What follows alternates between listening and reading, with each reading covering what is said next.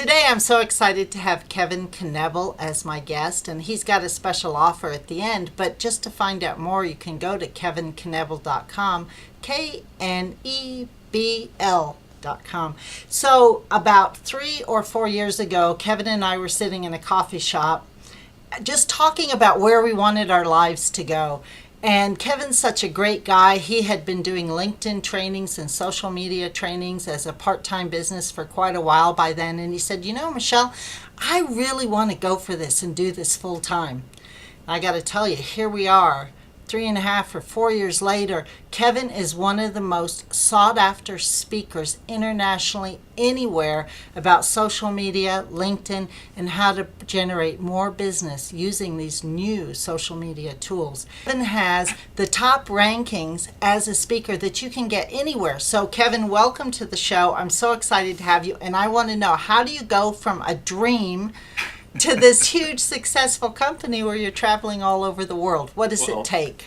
Thank you, Michelle. It's great to be here. And isn't it funny? I mean, I think physically you and I only live about maybe 25 or 30 miles apart. Right. But you're, I see you I don't physically see, I have never been to India, but I see you're in India, or I see you or over here or over there. And even though we only live about 30 miles apart, you and I almost never get together physically. But isn't it great we can get it together on Skype like this? I love this, and I see you all over the world too, Germany and Chicago, and that's one of the fantastic things about being an entrepreneur, isn't it? Is we get to travel for business and pleasure. So tell me, how do you go from this dream to successful speaker, entrepreneur, business person? What does it take? You sure you don't want to ask me a bigger question then? That's like a monumental question. Yeah. How do you go from a dream of doing something to actually doing it? I can't speak for other people. I can only speak for me.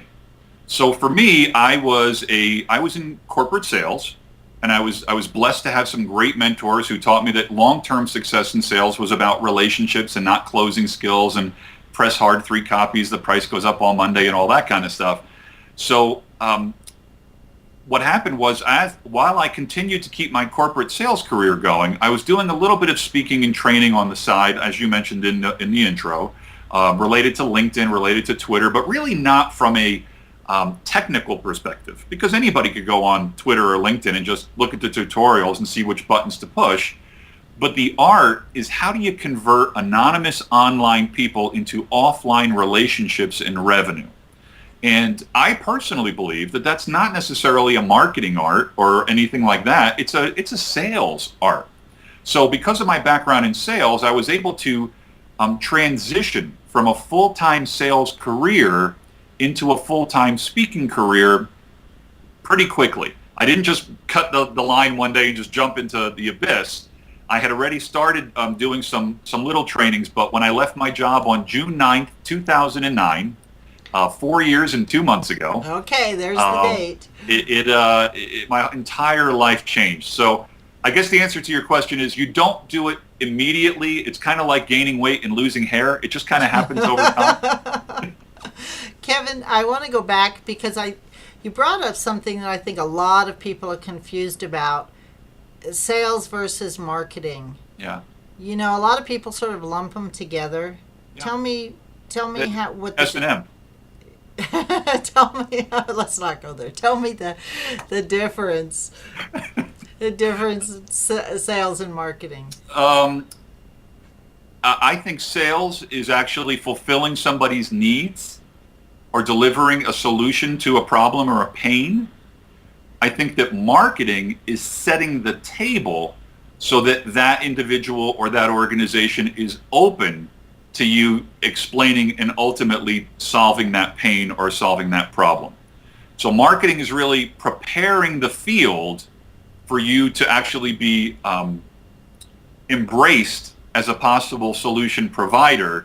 Sales is actually getting the agreement and then actually delivering the service. From a very high 50,000 foot level, that's how I would describe it. Yeah, I love that description. I've never quite heard it put like that way before, and I really like that, because really at that moment where you're moving into sales, it gets a little fuzzy. But most entrepreneurs really need to know a little bit of both, and they really do need to know how to sell.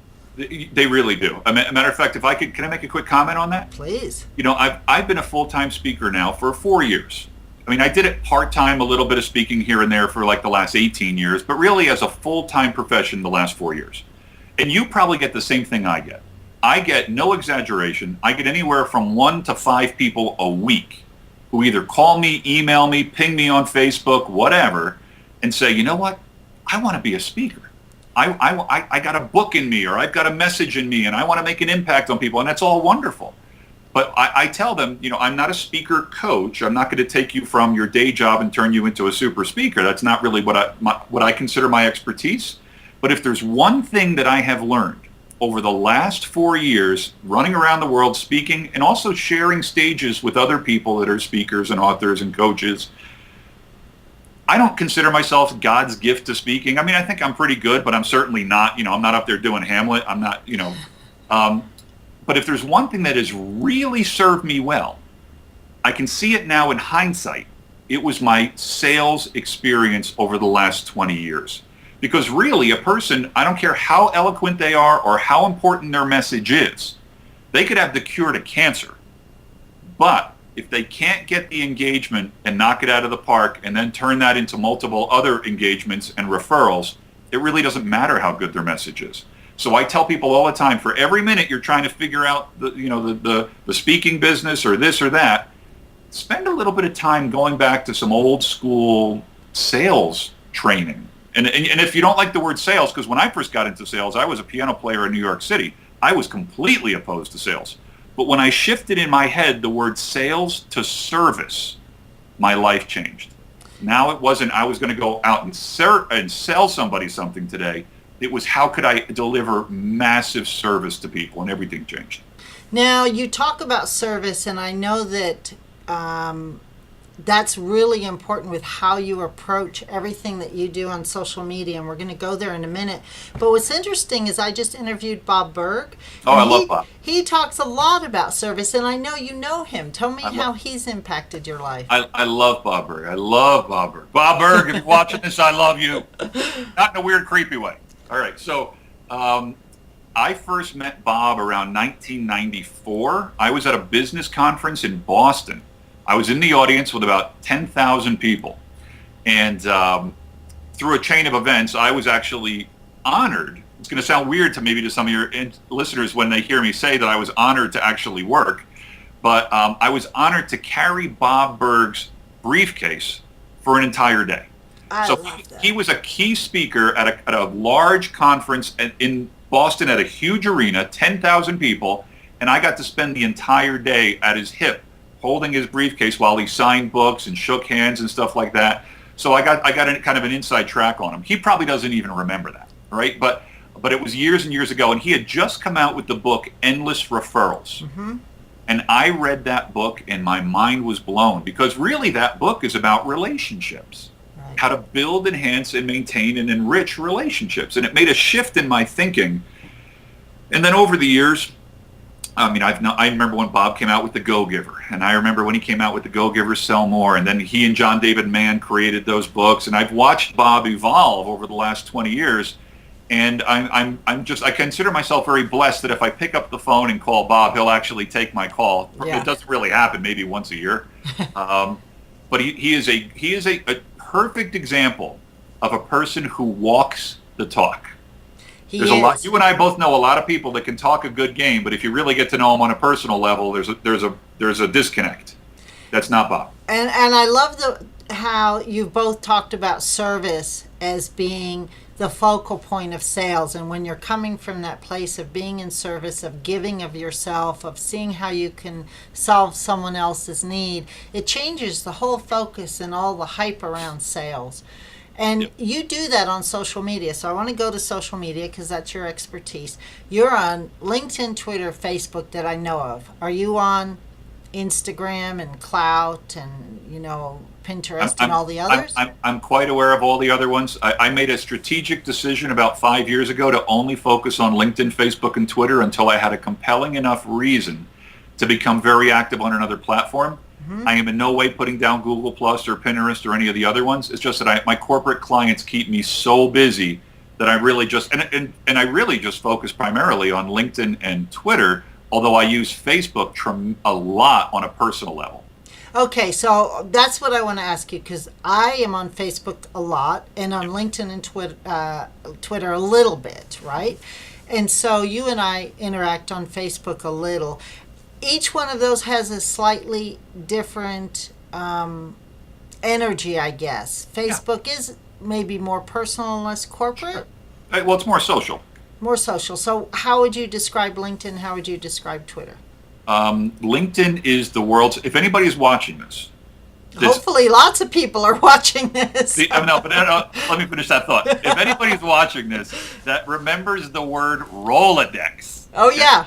I'm 48 years old. Michelle Vandepass, 39. Yeah, so Michelle won't remember this word, but there was a word called Rolodex. And a Rolodex was this thing where you would flip your business cards, and that's how you kept your contacts. This was pre-internet, pre-Palm Pilots and Blackberries and iPhones. So the simplest way to think about LinkedIn is an electronic Rolodex. As of this recording, there are about 225 million LinkedIn users worldwide. The average LinkedIn user is over 40 years old and earns over $100,000 a year. So this is a very desirable business demographic. So the answer to your question of what's LinkedIn, LinkedIn is a business networking platform. It has some social aspects, but really it's about business. If I'm thinking about doing business with somebody, or if I have a phone call scheduled at a certain time, the first thing I'm going to do is pull up their LinkedIn profile to see how they want to represent themselves to me. And in the old days, that was called due diligence. It was called market research. It was just called doing your homework. So instead of winging it. So most people, by the way, have absolutely no clue what a gold mine LinkedIn really is. And that doesn't mean they're stupid people. It just means nobody's ever taken them by the hand. Right. But I've been blessed to help companies and individuals make millions and millions of dollars by using LinkedIn effectively. So it's a business networking platform. You want me to answer the question about Twitter? Twitter, yeah. So explain to us how you use Twitter. Twitter, in a nutshell, Twitter is global text messaging. So I have a lot of people say, isn't Twitter about Kim Kardashian and SpongeBob? And I say, well, yeah, it is. But so is the telephone. Because there's a lot of people that think, oh, Twitter's a waste of time. And I say, well, if you called a 13-year-old on your telephone and you talk for 30 minutes about Kim Kardashian and SpongeBob, would you ever hang up the phone and do this? What a piece of garbage. I'm never using that thing again. No, you wouldn't throw the phone out. You would just say, what the heck was I doing wasting 30 minutes on the phone talking about SpongeBob? So it has nothing to do with the phone. It either has to do with the quality or the lack of quality of the conversation through the telephone. So Twitter is global text messaging. That's all it is. You can send out messages up to 140 characters maximum, so it forces you to keep it short and sweet. But Twitter, like LinkedIn, like Facebook, like Google, is a search engine. People need to understand that if you want to learn about something, it could be your profession, it could be your competition, it could be a thought leader in your industry, it could be fly fishing or nude macrame. Anything in the world you want to learn about, if you typed those words into Twitter, it would pull up any and all references to those words. So Twitter becomes a gold mine just for doing due diligence. So again, I know you didn't want me to give a whole Twitter course, but Twitter is, for business professionals, it is truly a gold mine when learned how to use effectively. Yeah, I love that. I used to be on Twitter a lot. And like many of my clients, and I'm sure many of the people watching and listening to this, it gets to be overwhelming. Now I have to get a figure here. You're on LinkedIn. Are you really connected? You're connected with I don't have it here. More than 1,500 people have given you recommendations alone, and you're connected to what, 200,000 people? Well, on LinkedIn, I have about 16,000 first-degree connections, and LinkedIn works in 3 degrees of separation. Right. So I have about 16,000 first-degree connections. I have 24 million third-degree. That was the number I was looking for. But I do have, as of this morning, I think I have 1,533 individually written client testimonials on my LinkedIn profile. Okay, so going back to my overwhelm question, I've got I don't know, 10,000 people or something I'm following on Twitter, Right. 5,000 people on Facebook, another thousands of people on LinkedIn. I'm in overwhelm just thinking about it. Yeah. Give Me me too. give me some advice. How do you sort through it? How do you sort? How do you keep track of all these connections? That's a great question. That is a great question. Um, I think it's important for people to understand that these social media platforms are tools. And what's interesting about human nature, whether it's social media or the branded or the Gutenberg press or any other form of technology, we are completely, I'm going to get philosophical here for 30 seconds. Okay. It's extremely common for human beings to invent things to help them become more productive, but ultimately they become tools of their tools. When you see people walking down the street looking at their iPhone and they walk into a fountain or smash into a wall, that person has become a tool of their tool. We Okay? remember that video, the poor Yeah. woman, right? Wasn't that a great video? Yeah. By the way, she sued that mall. She sued the mall because she walked through a mall looking at her phone and walked into a fountain. Yeah. I mean, welcome to that kind of mentality. So the reason I'm saying what I'm saying is that people need to make everything I teach as it relates to social media is how to manage social media in 30 minutes or less per day. Okay? So a lot of times when people hear first, oh, Kevin's going to come in and he's going to teach us about LinkedIn. He's got a 3-hour LinkedIn boot camp. I got to tell the people early on in the conversation, everything I'm going to teach, I'm going to throw a lot at you, but understand when you follow my philosophies and my disciplines, it really only takes you about 30 minutes a day to develop a very robust social media presence. The problem is we live in a very addictive culture. Mm-hmm. So people get a Facebook account and all of a sudden now they can't go 15 minutes without checking their Facebook wall, right? Or they get on LinkedIn or they get on Twitter, just pick the platform or whatever one they invent next week. So it's important for us at the outset, or if we've been doing this for a while and we feel like we're in overwhelm, to kind of just sit back a little bit, get a cup of coffee, sit down for a minute, close the door, turn off all the pingy things that buzz on your hip and give you all these notifications and go, what the heck am I doing? What am I doing this for? Why am I on Facebook? Why am I on LinkedIn? Because I will tell you, probably less than 2% of the people that are on social media, if you sat them down and you said to them, tell me exactly why you're on social media and what's your strategic plan to use it for whatever the outcome is, they are going to look at you like you have 5 heads. Because they never really thought about what are my goals? What am I trying to accomplish here? And what's the best way to do this with the least amount of heavy lifting? So yes, I've got a very robust social media presence, but I practice what I preach. I'm not spending 8 hours a day on social media. I use tools like Hootsuite. Uh-huh. I use timed posts on Facebook. There's ways to, when you know how to use this correctly, you can do it in a relatively short amount of time. Does that make sense? It does, and yet it gives the impression that you're on Facebook all day, mm-hmm. And that you're engaged, which I know. But I am engaged. Okay, so but I'm not on Facebook all day. So how can you be engaged if you're timing a post to go up later? Yeah. That seems a little manipulative in a good way. Yeah. Right? So you're timing a post to go up later. It gives the impression that you're engaged, and now you're saying you are engaged. So tell me how that works. Okay. Well, let me make sure I fully understand your question. When you say it sounds somewhat manipulative, what do you mean by that? Well, because you're putting up a post that's going to go up in 3 hours from now, and right. To the rest of the audience, it looks like, oh, Kevin's on Facebook right now. I think I'll chat him and say hi. And you're not actually there. It's a tool that you've used. Right. So if I have a link to an article written by Bob Berg, we'll take Bob as an example. If I have a link to a cool blog post that Bob came up with, and I time it to go out at 2 o'clock this afternoon, I've scheduled that post to go up. I don't schedule posts like, hey, I'm sitting here playing with my kids. I mean, that's manipulative. That's just silly. But if I have a link to an article or a nice positive motivational quote that goes up at a certain time of the day or something like that, I don't consider that manipulative, and I know I understand the wording the way you meant it. Yeah. As far as engaging, I actually do something that I don't know anybody else does on social media, but I'm not saying that my way is the right way. It's just my way.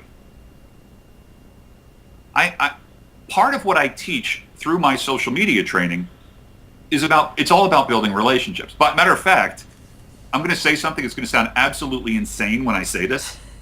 People call me a social media expert or, a guru or whatever. By the way, anybody that refers to themselves as a guru usually does that because they can't spell charlatan. Okay? There's no other industry ever invented. Have you ever heard of a lawyer that calls himself a law guru, right, or a doctor that's a heart valve guru? I mean, come on, get over yourself, right? So I never refer to myself as an expert or a guru in social media.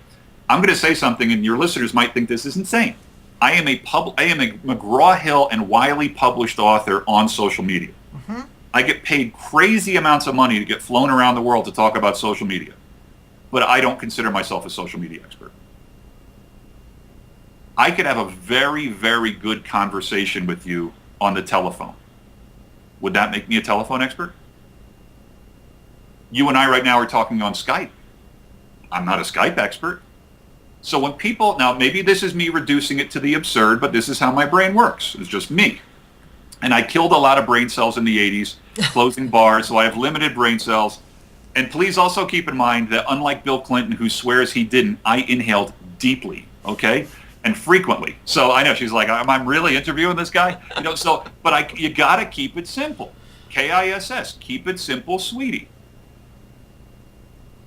It's not about the social media.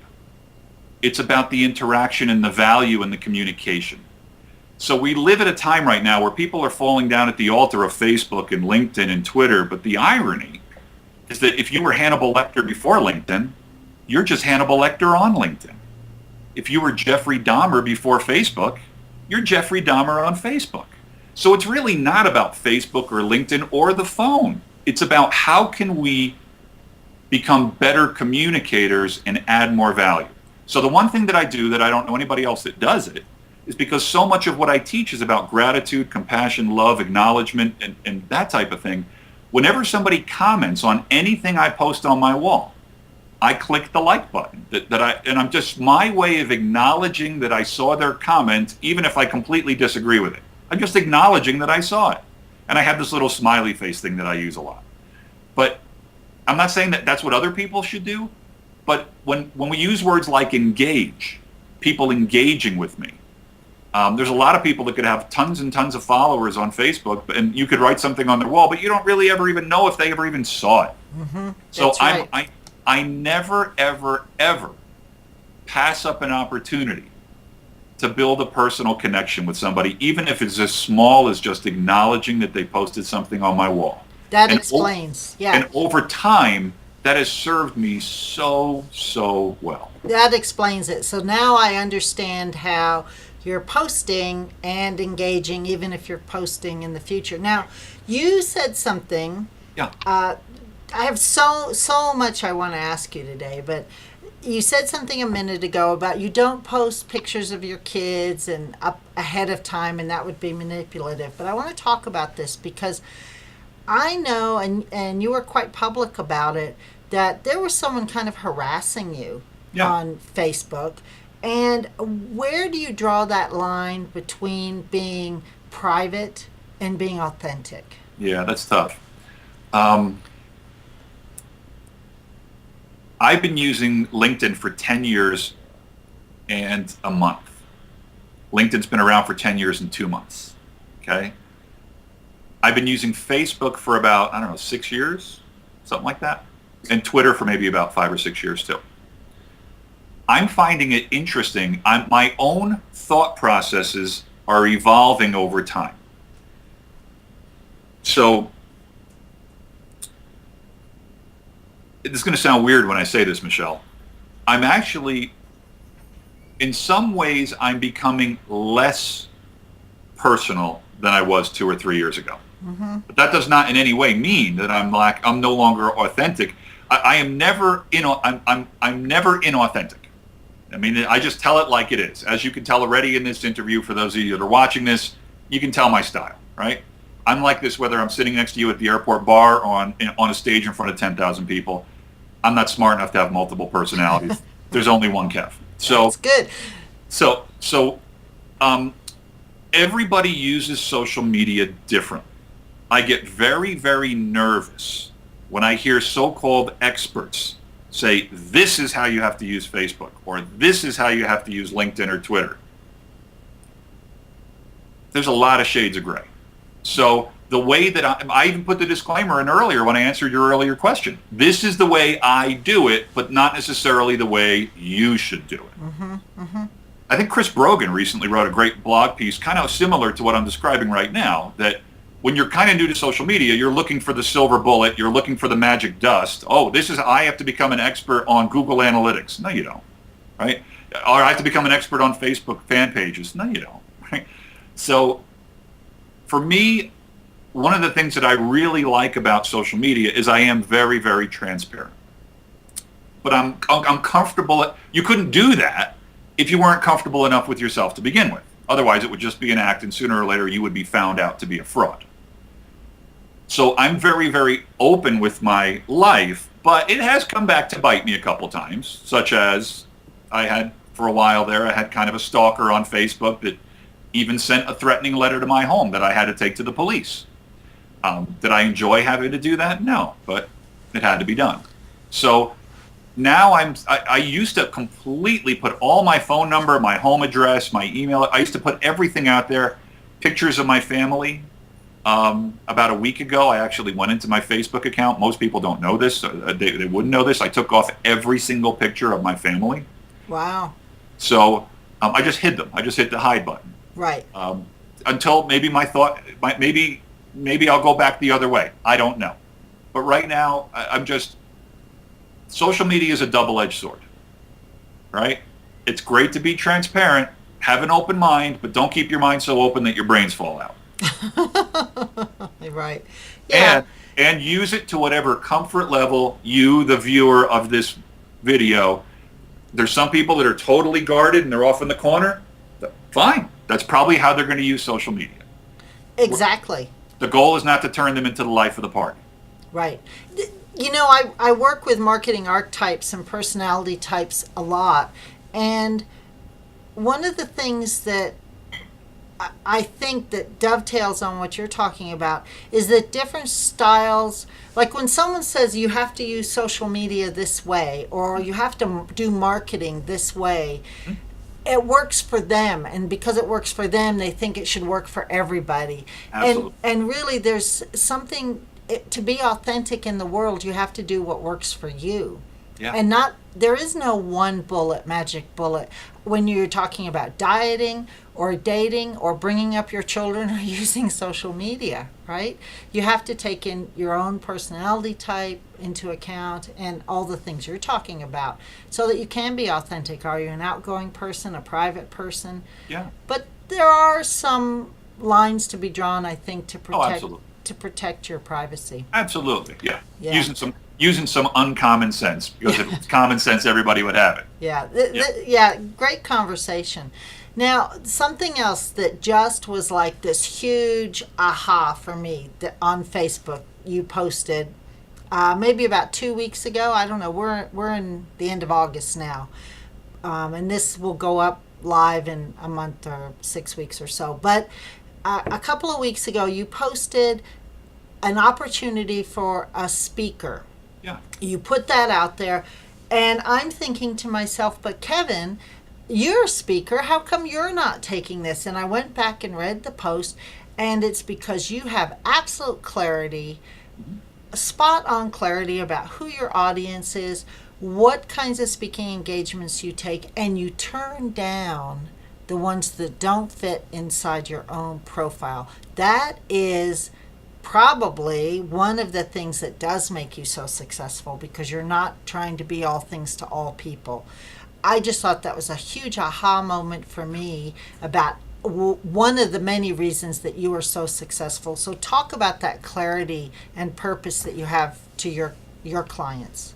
Well, thank you. That was a major compliment. It's really quite simple. I don't put round pegs in square holes. If I put a round peg in a square hole, it's not going to serve me. It's not going to serve the client. It's just a bad fit. So, but you're correct. I couldn't turn down, and actually, it's not that I turned them down. I'm playing with words here. Yes, I turn them down, but I refer them. Right. So when somebody gives me an opportunity and it doesn't fit my model, I don't just close the door on it. I say, no, I'm all about value. I get up in the morning. The first thing I do is I look at the ceiling. I say, thank you, God, for another day. I mean, I'm originally from Jersey. Any day you wake up and there's not a chalk line around your body is a good day. So I wake up, I look at the ceiling, and I go, oh, I got another day. I'm going to add, and I literally say this as I'm getting out of bed. I will add as much value to everybody else as I can today. That could be as little as a smile. It doesn't mean I'm going to go cure world hunger. It could just be a smile, acknowledging somebody in line at the 7-Eleven. But I'm a mosquito in a nudist colony of opportunities. I'm surrounded with opportunities to provide value. So when I get, tons of emails or messages or whatever about speaking engagements that don't fit my model, I refer it out. A lot of times I'll pick up the phone or actually send it to an individual. But like what you saw, I just put it on Facebook and I said, here's the contact information. Here's what they're looking for. Here's what they'll pay. If it fits your model, rock on, brother or sister, right? Because it's, but I think part of that comes from understanding that it's not a universe of lack. It's a universe of abundance. And this isn't a kumbaya group hug moment. Let's go sit out in the field around a crystal and hum. This is when you truly understand that there is no lack. It's all about value and being creative. You don't worry about, oh boy, if I don't take this engagement, I'm going to lose out on this $5,000 opportunity. Let somebody else take the $5,000 opportunity, right? So part of it is actually going through the process of figuring out, which I think was at the heart of your question, which is figuring out what it kind of goes. I'm going to answer you in a way that sounds like I'm off topic, but I'm not. Remember earlier in the conversation about 20 minutes ago when I said people should kind of just turn off the ringy-dingy things on their hips and close down Facebook for a little while and get a cup of coffee? Very few people take the time on a daily basis, even if it was only 10 minutes, to just sit. They wake up, immediately they're looking at their iPhone. They're in the rush. Everything is like, go, Mach 5 with your receding hairline on fire. And they never take the time to just sit down with a cup of coffee and go, okay, how do I want my life to look? How can I design my life? Business, personal, relationships, spiritual, financial, health. How can I design my life so that I'm living the life that I want? And I've done that. And I continue to do that on a daily basis. So for me, it's not hard to turn down an engagement because I know exactly who my targeted clients are. So that when the reason I think most people have so much stress, and by the way, I don't do stress. I'm not saying that I don't have crap in my life like other people do. I do. I just don't get stressed about it. So I think the reason a lot of people have massive amounts of stress is because it's always the next shiny object, right? Bing, bing, bing, bing, bing, bing, bing. Whereas if you're very, very clear about what it is you want and how you can help people, a lot of the extraneous stuff just kind of filters out. It filters itself out. Is that too vague of an answer, Michelle? Well, I'm going to ask you something else. So you've been at this now 4 years and 2 months. Yeah. So were you this clear 4 years ago? Not at all. Yeah. And I think maybe so part of this comes with the wisdom of, I'm going to throw out a hypothetical here, that maybe you took some of those, that you tried to put a square peg in a round hole a couple of times at the beginning. Oh, yeah. Yeah, people would call me and say, hey, could you come speak to us about executive leadership? Sure, I'm your guy, right? Right. It's because you're new and you just want to get out there. Right. So, yeah, I mean, the only way, it's the old joke, right? How do you develop, how do you get good at something? You screw it up a whole bunch of times, I mean, yeah, all the cliches. So, yes, absolutely. I was not this clear 5 years ago. I wasn't this clear 2 years ago. I wasn't as clear 1 year ago. And a year from now, I'll be even clearer. And I think as you get clearer, my experience at least, is as you get clearer in our kumbaya hug moment, the universe becomes really clear about what to send you. Amen, sister. Can I make a quick comment on that also? Yeah. And I don't know if this is going to make sense. I'm not going to go down a rabbit hole here for 5 minutes, but one of the things that I've learned, and this is a relatively recent learning, I would say 8 months or less. I guess I used to just have this belief that I would serve a gajillion clients. And I guess there are business models like Walmart, that's a model for them, right? Starbucks, that's a model for them. But with what I do, that is not a model for me. So for me, it's been very, very beneficial for me to figure out over the last 8 months or so that actually I can have a very big social media presence. I could have a lot of people kind of know me in the periphery or heard of me. But as my model evolves, I'm going deeper with fewer. And you can, and if we want to talk about money for a second, this in no way inhibits cash flow or income. It actually enhances it. But that's just my model. So with me, I'm really becoming more of a boutique or a bespoke or custom, these are all fancy words for custom, type of firm. So that I would predict a year from now, I probably will only have anywhere from 100 to 200 clients max. So I'm interviewing Perry Marshall, who is the master of the 80-20 principle, Pareto principle.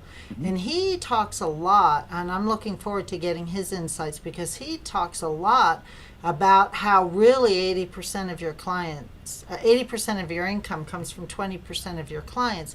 And then if you keep drilling that down even more and more, that the most business and the most income comes from just a very small percentage of your clients. And that's what I hear you saying. I'm actually going beyond that. And I'm not putting down the Pareto principle that we're all familiar with. Yeah. I actually stopped believing in the Pareto principle about 3 years ago. But I understand it from a high level, the 80-20 rule. We're all familiar with that, right? Right. I'm about to say something that's going to sound cynical. But you know me, Michelle. A lot of the people watching this don't know me, but you know me. Right. I'm not a cynical person. Even in my email signature, it says quite possibly the most positive and encouraging person on earth. I'm an extremely optimistic person. But what I'm about to say is going to sound harsh, but it's not intended to be harsh. I stopped believing in the 80-20 rule about 3 years ago. I now believe, and I have all the evidence to prove in my own life, that the world really operates on a 98-2 principle. Okay. 98 and 2. Now, this is not shades of Mitt Romney. This is not shades of the 4%. Sometimes I bring this into my conversations when I look at my audiences, because I never give the same talk twice, and I don't have a filter, so I never know where I'm going to go. But I can think of multiple times that I've said this from stage, and somebody in the audience comes up with the normal, but wait a minute, what if I was born into the 98%? Or what if I'm black? Or what if I'm white? Or what if I'm old? Or what if I'm skinny? Or what if I'm fat? Or what if I'm thin? You know, pick your excuse. And I tell them, here's the best part of the 98-2 principle. It has nothing to do with the color of your skin, your age, or where you were born, or whether your father beat you as a child. The 98-2 principle just says 2% of the people in any industry or in anything that you choose to do, from fly fishing to marketing, 2% of the people are absolutely playing full out and crushing it. Now, there's 20% that are doing very, very well. Right. But 2% are the cream of the cream of the cream of the crop. So the most liberating part of the 98-2 rule is, if you want to be in the 2%, it's just a decision. Find out what they're doing, observe them. They have this new thing called the internet. I hear it's going to be pretty big. So you can't really use, well, I can't really see what they're doing. Sure you can. Just turn on your computer and start going into Google, LinkedIn, Facebook, Twitter, and YouTube. You can totally figure out what they're doing. So if you really want to become really good at what you do, understand that you're really going to come into the 2% category, which is the best of the best. Hope that made some sense. So you watch other people. Yeah. you become the best at what you do? Do you have to be the best at what you do to become part of the You have to be the best at, not, when I say the best, yeah. there's a little irony and paradox in this. If you were trying to become the best 100-meter dasher in the world, pretty slim chance you're going to beat Usain Bolt, right? Who's running a 100-meter dash in 9 seconds. Yeah. So part of that is genetics. But if you really want to become a great sprinter, then become the best sprinter you possibly could become for yourself within whatever physical limitations you have. So if you're truly trying to become the best at whatever it is that you're trying to do, it really has nothing else to do with anybody else that's doing it. Matter of fact, when people truly understand this, it completely eliminates the entire thought of competition. Because now you go from you're not competitive. You wake up in the morning, you're not trying to compete against anybody. You're in creation mode. And if you're in creation mode, by definition, you actually have no competition. Because nobody else can truly create what you can create for your clients in a custom manner, because nobody else is you and has your experience and your baggage and your life skills and everything else that you bring to the table. There's that's a whole other hour-long, interview on getting from competition to creative. Yeah. You'll love this. I just was at a seminar this week where a lecturer from Kent State was there talking about entrepreneurship, and the number one thing that sets successful entrepreneurs apart from those who fail is creativity. Yeah, that's it. Yeah. And we all have it. Right. We all have it. Yeah. It's just, for all kinds of social and other reasons, people forget. Yeah. And when you reconnect with that innate creativity that everybody has, I'm not trying to be religious here, but an apple tree creates apples. It doesn't create pears. A lion doesn't birth a hippo. It births lions. We have to be like that from which we come. So this has nothing to do with Christianity or Muslims or Jews or anything. We come from a creative entity, whatever you want to call it. So by definition, if you come from the most creative thing in the universe, you're already creative. The question is, are you really awake enough to catch that, right? Yeah. Because if you get it, then every single day becomes exciting, because you're even down to the moment. You can go whole Eckhart Tolle on this if you want. On a moment-to-moment basis, you're creating your reality. So there's nobody that does what Michelle Van de Pass does. There's nobody that does what Bob Berg does. There's nobody that does what I do, right? Because we are absolutely active participants in creation. Yeah.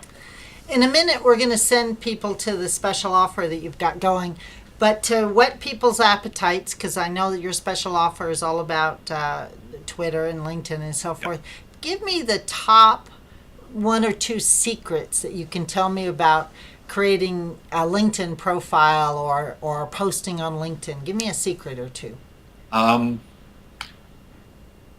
LinkedIn has baked into its algorithms search engine optimization functionalities, just like Google does.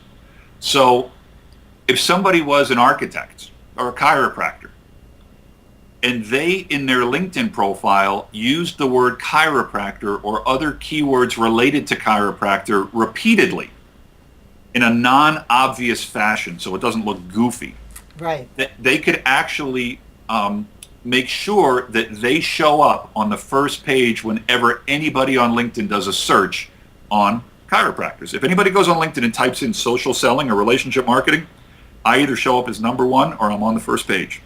That's not an accident. So in a more and more interconnected world with 225 million people on LinkedIn, 3 new people per second, you don't want to be part of the herd. So I would suggest that your viewers look at their LinkedIn profile, think of maybe a half a dozen or a dozen keywords, start putting those keywords in a creative fashion throughout their LinkedIn profile, and then testing what I'm saying to see if it's true. Go put those keywords into the search box and hit the search button and see how they rank, and then get themselves up to a higher ranking. That's one of 100 secrets I could give you. I love that. What Twitter? Here's my secret for Twitter. Yep. Anything somebody posts on Twitter, called a tweet, right? Yeah. Use the same, and actually this applies to LinkedIn and Facebook too. Use a ratio that I would also suggest you use in real life, offline, in an interpersonal conversation. If I was having a conversation with Michelle Vandepass over coffee right now, and let me put a disclaimer in here, this is not manipulation, because it's going to sound like manipulation to people that have low self-images. I'm going to make sure that 70 to 80% of the conversation that I have with Michelle is about Michelle and not about Kevin. Not because I'm trying to schmooze you or manipulate you or get you to owe me, or I'm just taking such a sincere interest in you because I have a sincere interest in you. And I'm allowing you to talk about your favorite subject, which is you. Everybody's favorite subject is themselves. That's how we're wired, right? So whenever somebody posts something on Twitter, or by extension LinkedIn or Facebook, I would suggest they think about, before they post anything, whether it's a scheduled post or a live, in-time, real-time post, use a 70-80, use a 70-30 or an 80-20 ratio.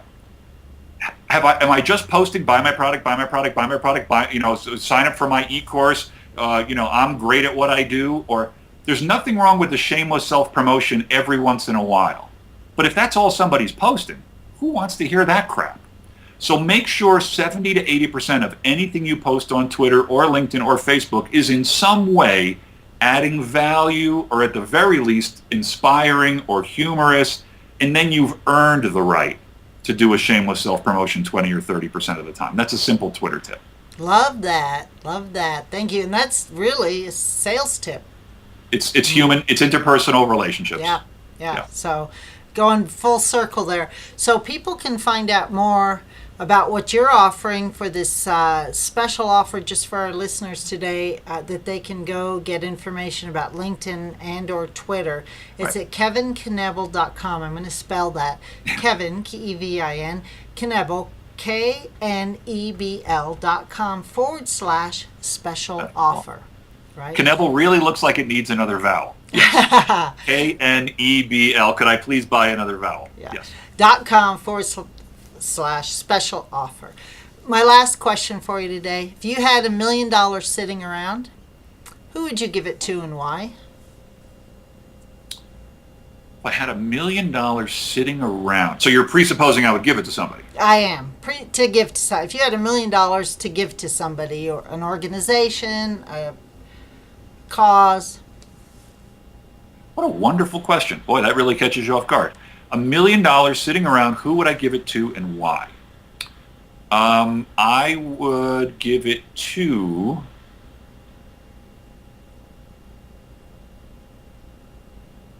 Boy, that's tough, Michelle. And it has to be given as a lump sum. No. It doesn't. It's interesting that you're asking what you're asking, because one of the things that I'm going through right now in my own business is I'm committing in 2014 to give 10% of all my net revenues back to charity. Okay? So I'm actually it's interesting you asked me the question when you asked me it, because I'm right now going through the process of identifying a couple of charities that I want to become more active in and give 10% of my net revenue to. I think the answer would be whenever I identify who those 2 or 3 charities are, I'd probably just split it up into $333,000 times 3 and give it to those 3 charities. So I think that's the best answer I would have for now. That's great, and you don't know who they are yet. I don't. I'm going through the sorting process. Right. So the great news about that is you'll have to come on again next time and give us us your answer. Thank you, Kevin. It's been great having you here, and I can't wait to follow you some more on Twitter, LinkedIn, and Facebook. I'm going to get back on LinkedIn to start poking around in my own profile there. Yeah, it's a great site. Thank you so much for having me on this interview. For anybody that's watching this, I'm a very open person. If you ever want to connect with me on LinkedIn, Facebook, Twitter, just send me an invitation. Mention that you heard me on Michelle Vandepass's Skype interview. And just I'm sticking my hand out in friendship to anybody who's watching this, saying I'm all about paying it forward, and I challenge you to make me prove it. Call me, email me, text me, whatever you want, 2 cans with a string or smoke signals. If I can help you in any way, I give you my word as a gentleman. I'm happy to help you. I'm easily found. Type my name into Google or go to kevinknebl.com, sign up for my newsletter, my blog, or whatever. Michelle, I love you. You're awesome. I hope I get to see you face-to-face again soon. Good. Thank you, Kevin. Bye. Thank you. Bye-bye.